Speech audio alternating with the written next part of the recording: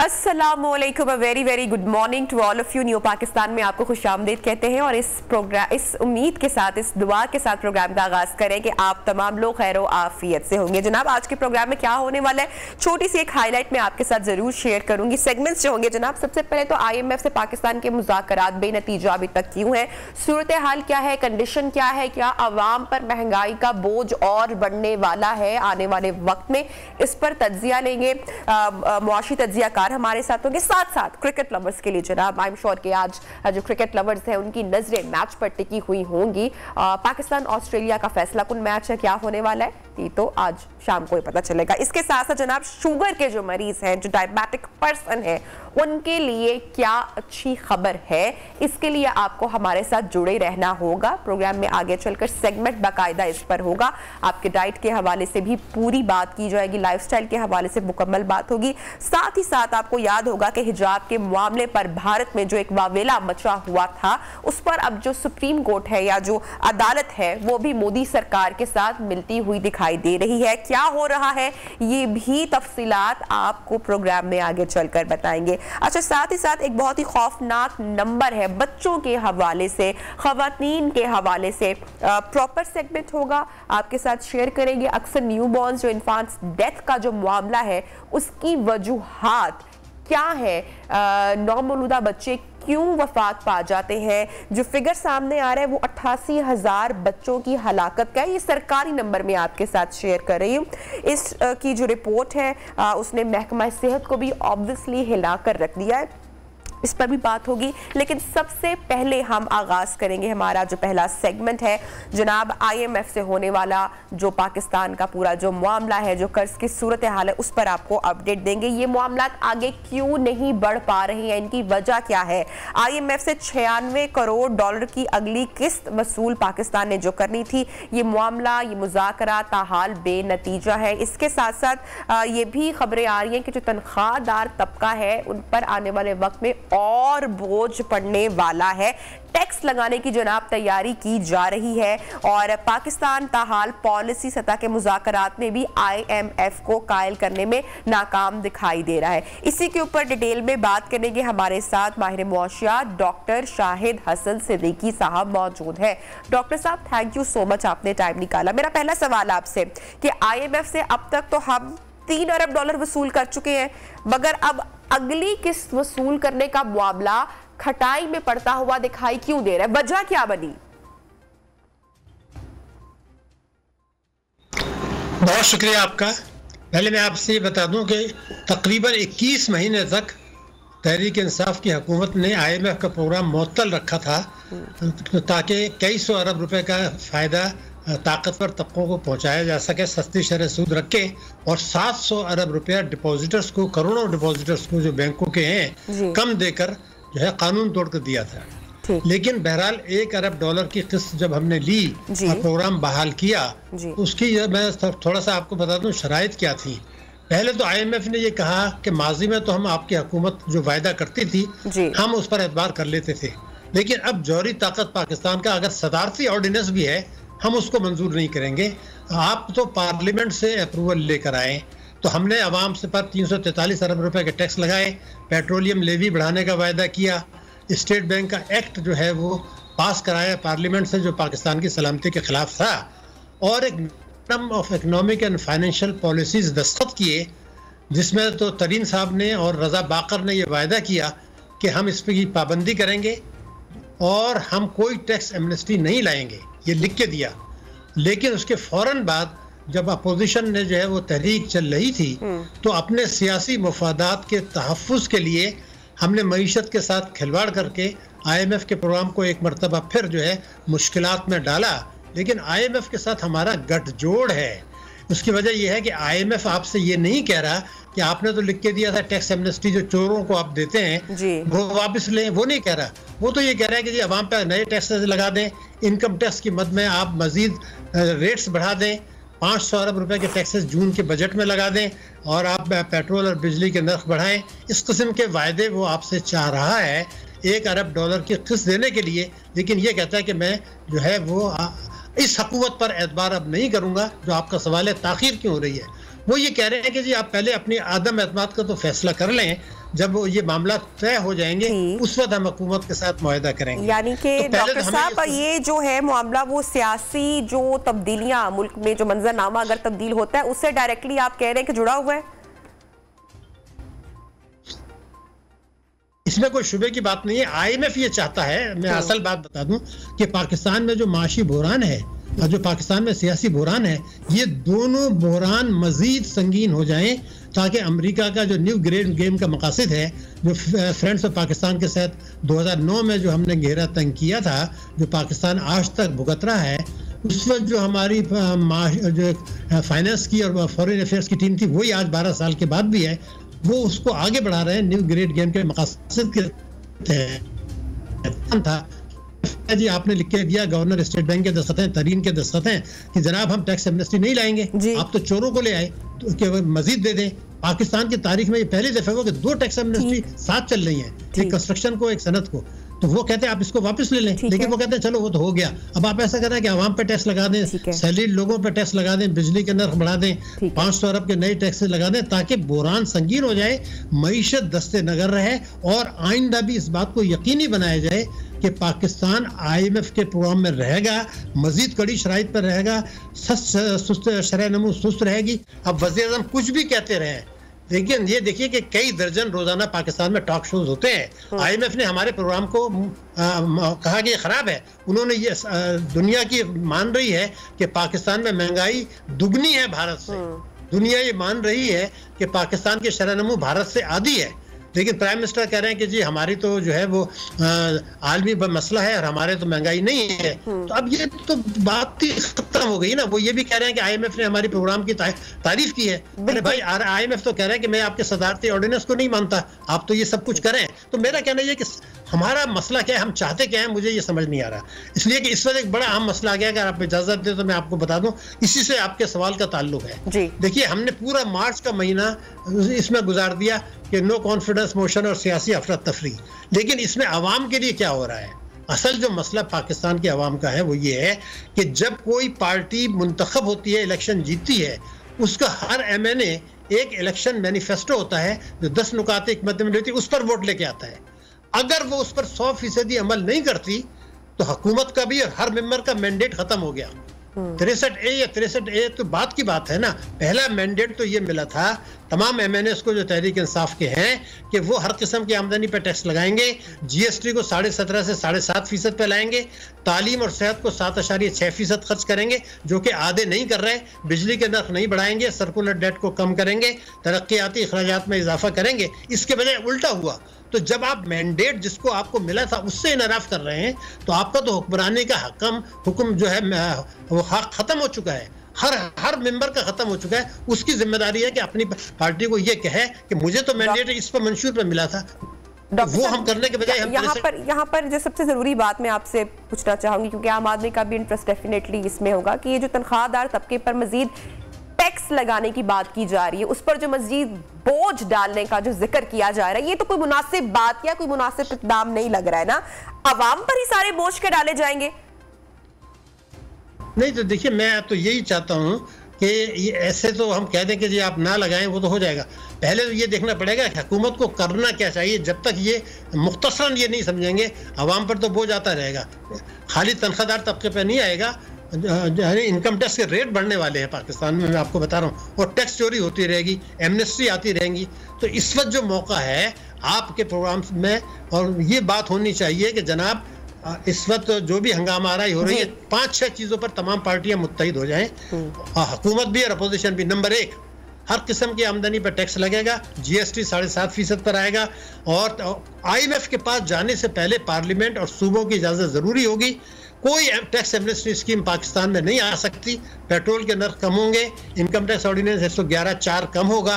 ये चीजें अगर आप नहीं करते, कोई आए कोई जाए, मैं आपको यकीन दिला रहा हूँ, मैं ये चीजें 1992 से देख रहा हूँ, जब से मैं बाहर से आया था।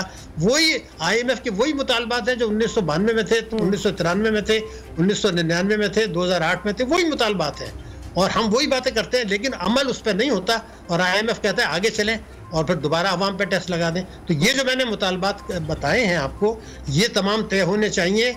इस वक्त जो है ये मसला नहीं है कि 63A क्या है 63(4) क्या है। मेरा तो यह है कि मैंडेट पे अमल करें, अवाम के मुफाद में अगर पॉलिसी नहीं बनाते, मैं वार्न कर रहा हूँ कि 2075 तक पाकिस्तान की तो डॉक्टर साहब ये तो बात फिर क्लियर हो गई कि IMF चाहता है कि पाकिस्तान मुआशी बहरान का ही मुसलसल शिकार है। आप क्या कहेंगे इस पर? है कि इस्तेमाली ताकतें चाहती हैं जो अपने सियासी मकासद के लिए पाकिस्तान को इस्तेमाल कर रही हैं। तो पाकिस्तान की जो हुकूमतें हैं, मौजूदा हुकूमत भी शामिल है, मुल्की अशराफिया, मुल्की माफिया के साथ गठजोड़ है उसका, और हुकूमत का और मुल्की माफिया का गठजोड़ है बैरूनी माफिया के साथ। ये सब मिलके IMF, world bank, FATF, taxation policy, amnesties, बिजली के नर, ये तमाम खेल जो हो रहा है पाकिस्तान को कमज़ोर करने, पाकिस्तान की मईशत को कमज़ोर करने, पाकिस्तान का जो CPEC को जो है नुकसान पहुंचाने, पाकिस्तान में सियासी बुरान पैदा करने और हमें मजबूर करने कि हम IMF और इस्तेमाली ताकतों के अहकामात पर अमल करें। ठीक है। सियासी बुरान का तो पाकिस्तान ऑलरेडी शिकार है ही। बहुत शुक्रिया डॉक्टर साहब, आपने वक्त निकाला और आप पूरी मामले के ऊपर क्या होने जा रहा है, आम आदमी पर कितना बोझ बढ़ेगा, उन पॉसिबिलिटीज के ऊपर आप बात कर रहे थे। उम्मीद करते हैं कि अच्छा ही वक्त आएगा और हुक्मरान जो है वो अवाम के रिलीफ के मुताबिक कुछ सोचेंगे और उनको रिलीफ देंगे। बहुत शुक्रिया आपका कि आपने वक्त दिया। लेंगे ब्रेक और ब्रेक के बाद आपको दोबारा ज्वाइन करते हैं, साथ रहिए।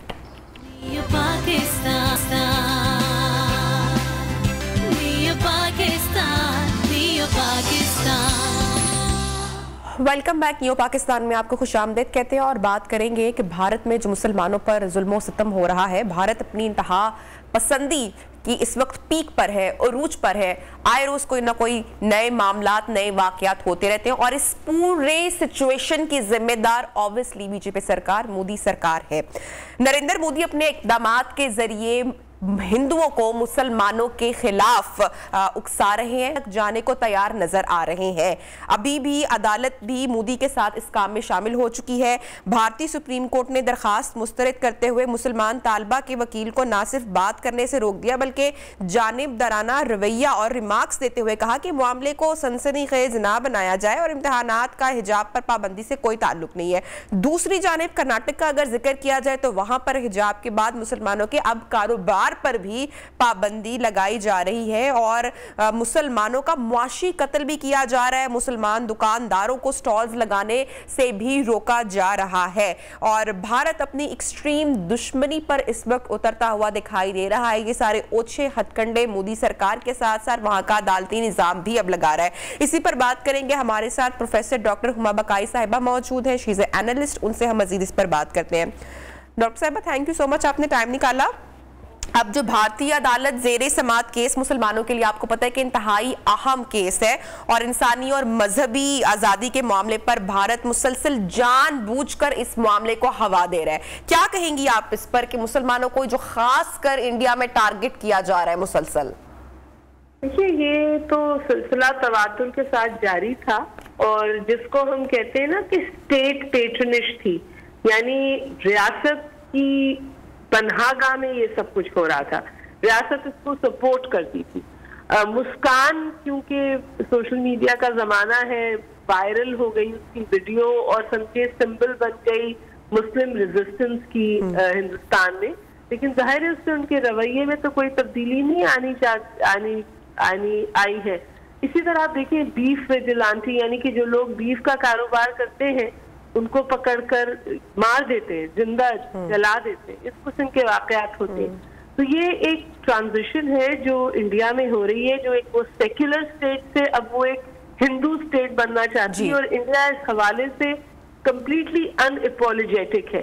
तो चाहे वाइस चांसलर्स के अपॉइंटमेंट्स हों यूनिवर्सिटीज में, चाहे जजेस के अपॉइंटमेंट्स हों, चाहे पुलिस हेड्स के अपॉइंटमेंट्स हों, तमाम इस सोच के तहत किए जाते हैं कि ये हिंदुत्व के जो प्रोजेक्ट है या जो हिंदुत्व की सोच है उसको आगे बढ़ाएंगे।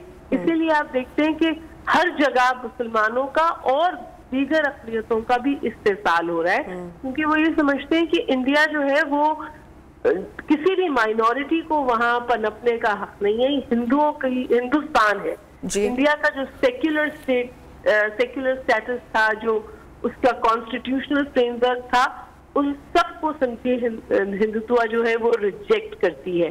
अब कुछ जगहों पे फॉर एग्जांपल अब के रिजेक्ट हुआ है बीजेपी का जो समझिए एजेंडा है वो रिजेक्ट हुआ है पंजाब में, लेकिन उत्तर प्रदेश में उनको फिर पजीराई मिली है। लेकिन एक बात जहन में रखिए कि अभी भी इंडिया जो है वो मोदी से बहुत बड़ा है और इंडिया के अंदर ऐसी बहुत आवाजें उठ रही हैं जो समझती हैं कि इससे मुसलमानों का तो इस्तेसाल, नुकसान, नस्लकशी हो ही रही है। कश्मीर की सूरत हाल भी आपके सामने, लेकिन इससे सबसे बड़ा नुकसान जो है वो इंडिया की रियासत का हो रहा है। और मैं हमेशा एक बात कहती हूँ और वो ये कि इंडिया को बेड़ी इंडिया डालेगा, क्योंकि जो इंटरनेशनल कम्युनिटी है वो अपने मफादात की वजह से आप समझिए वहां पर तकरीबन पनाही भी है और चश्म पोशी भी है।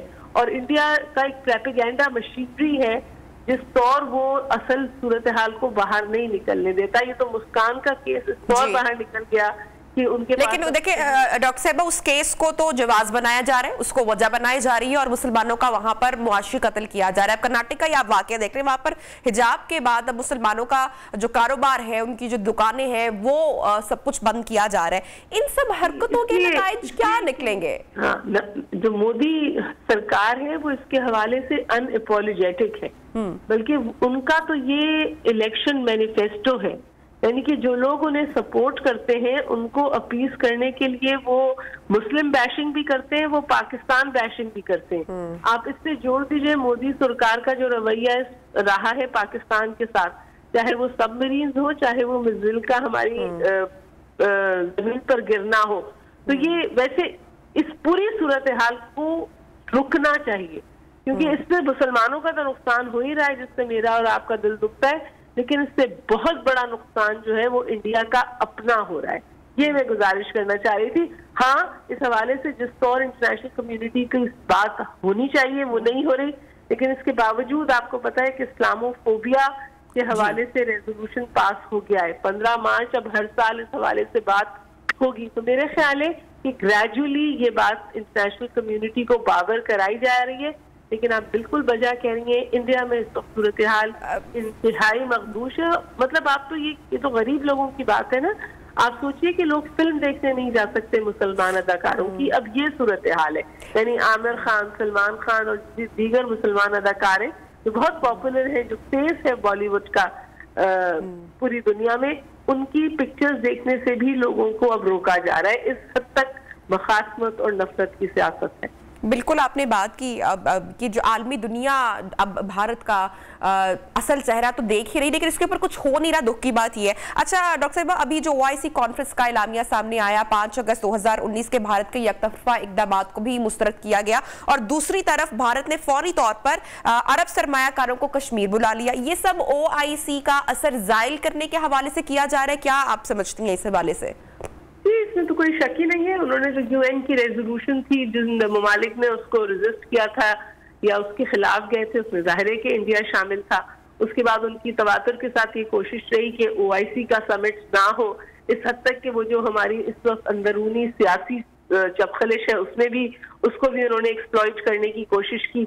और उसके साथ साथ फिर आपने देखा कि उन्होंने कश्मीर में सरमायाकारों को बुलाया। असल बात ये नहीं कि इंडिया ने बुलाया, असल बात ये है कि सरमायाकार गए और ये वो फ्रैक्चर्स और फॉल्ट लाइंस हैं जो मुस्लिम उम्मा में मौजूद है। लेकिन अच्छी डेवलपमेंट ये है कि OIC के बाद एक साउथ साउथ कोलैबोरेशन की बात हो रही है मुस्लिम वर्ल्ड और चाइना के बीच में।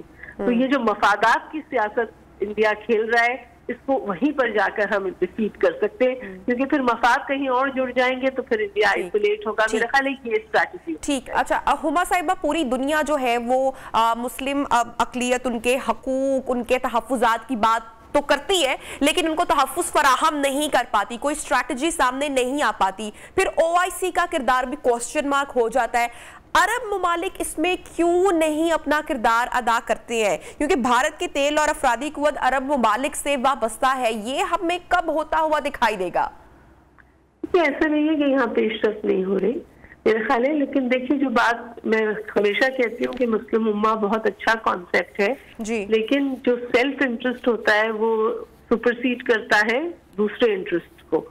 और अरब वर्ल्ड का तो ये बात बिल्कुल वाज़े तौर पे कही जाती है कि वो पहले मुस्लिम वर्ल्ड है, पहले अरब है, फिर मुस्लिम है, और फिर वहां पर भी अनफॉर्चुनेटली शिया सुन्नी डिवाइड्स हैं जिसको वेस्टर्न वर्ल्ड एक्सप्लॉइट करती है। लेकिन अब वहां पर भी एक टाइट टर्निंग है। फॉर एग्जांपल जो सऊदी अरब जो समझिए ट्रस्ट था उसका, उसमें थोड़ी सी तब्दीली आई है। और अब की बहुत बात हुई है पैलेस्टाइन के हवाले से, बहुत बात हुई है चाइना और मुस्लिम वर्ल्ड की कोलैबोरेशन से। लेकिन असल चेंज उस वक्त आएगी जब आप माशी तौर पर इतने मजबूत होंगे कि आपको वेस्ट को ना देखना पड़े, आपके पास ऑल्टरनेटिव सिस्टम्स हो, जिसकी अब बात हो रही है। डॉक्टर साहिबा बहुत शुक्रिया, आपने टाइम दिया न्यू पाकिस्तान को। और जनाब इसके साथ ही प्रोग्राम में हम बढ़ेंगे एक छोटे से वक्फे की जानिब, ब्रेक लेंगे और ब्रेक के बाद आपको दोबारा ज्वाइन करेंगे। क्रिकेट पर तबसरा होगा और शुगर के हवाले से खास कर एक अच्छी खबर शेयर करेंगे, साथ रहिए।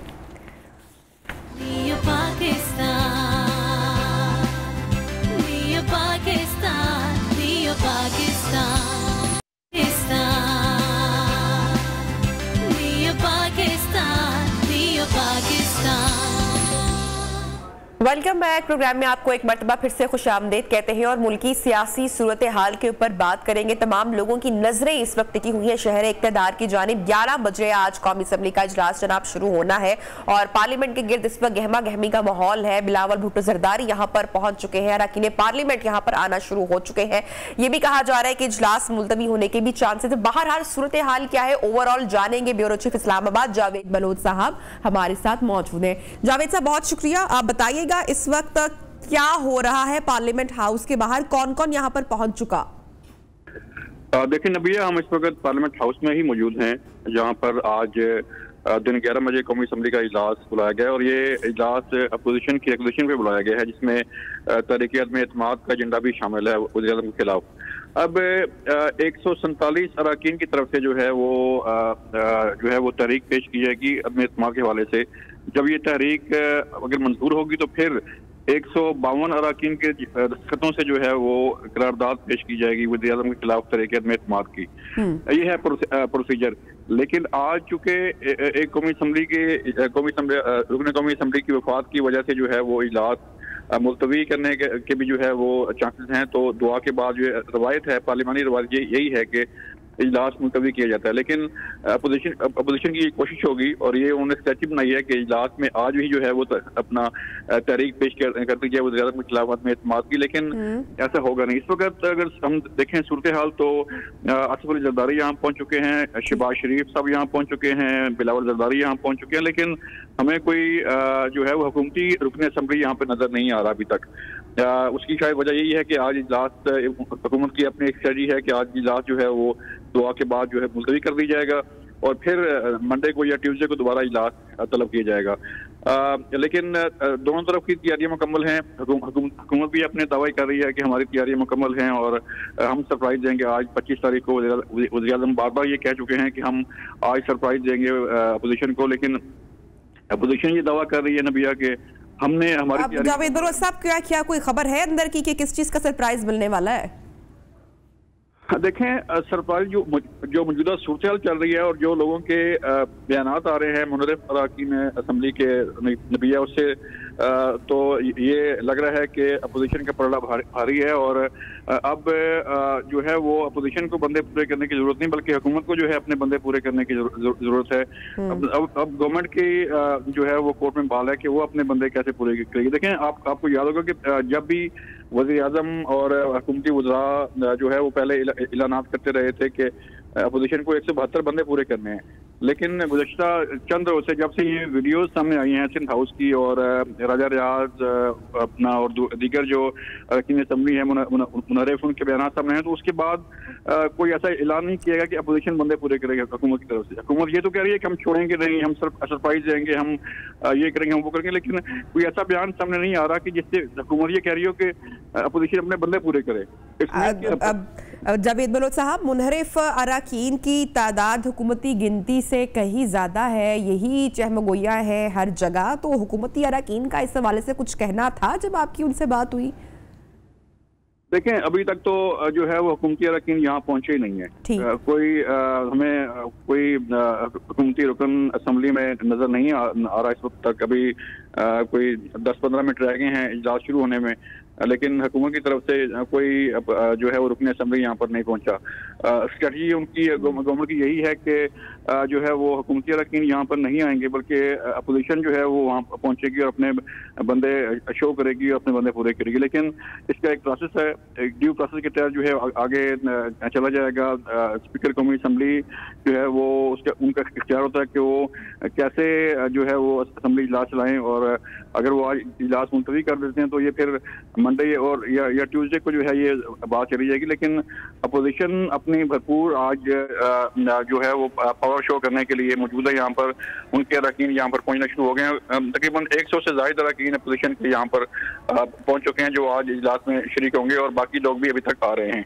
तो सूरत हाल यही बनती नजर आ रही है कि अपोजिशन की तादाद जो है वो देखें 172 बंदे अपोजिशन ने पूरे करने हैं। अगर मुनहरफ अरकान भी मिला लिए जाएं तो जो है वो काफी तादाद। बहरहाल इजलास शुरू होने में अब कुछ ही वक्त बाकी रह गया और इजलास मुलतवी होने की भी खबरें सामने आ रही है। वैसे भी जुमे का दिन है, लेट्स सी क्या होता है। बहुत शुक्रिया जावेद बलोच साहब, आपने टाइम निकाला जनाब। तो अब आपको देंगे जरा मैच के हवाले से अपडेट। ऑस्ट्रेलिया की जानिब से आखिरी टेस्ट मैच जीतने के लिए 351 रन का हदफ मिला है पाकिस्तान को। सिचुएशन जानेंगे, हमारे साथ जनाब अहमद मजीद साहब मौजूद है। Thank you so much Ahmed, आपने टाइम निकाला। क्या सिचुएशन है, मैच किस तरफ जा रहा है?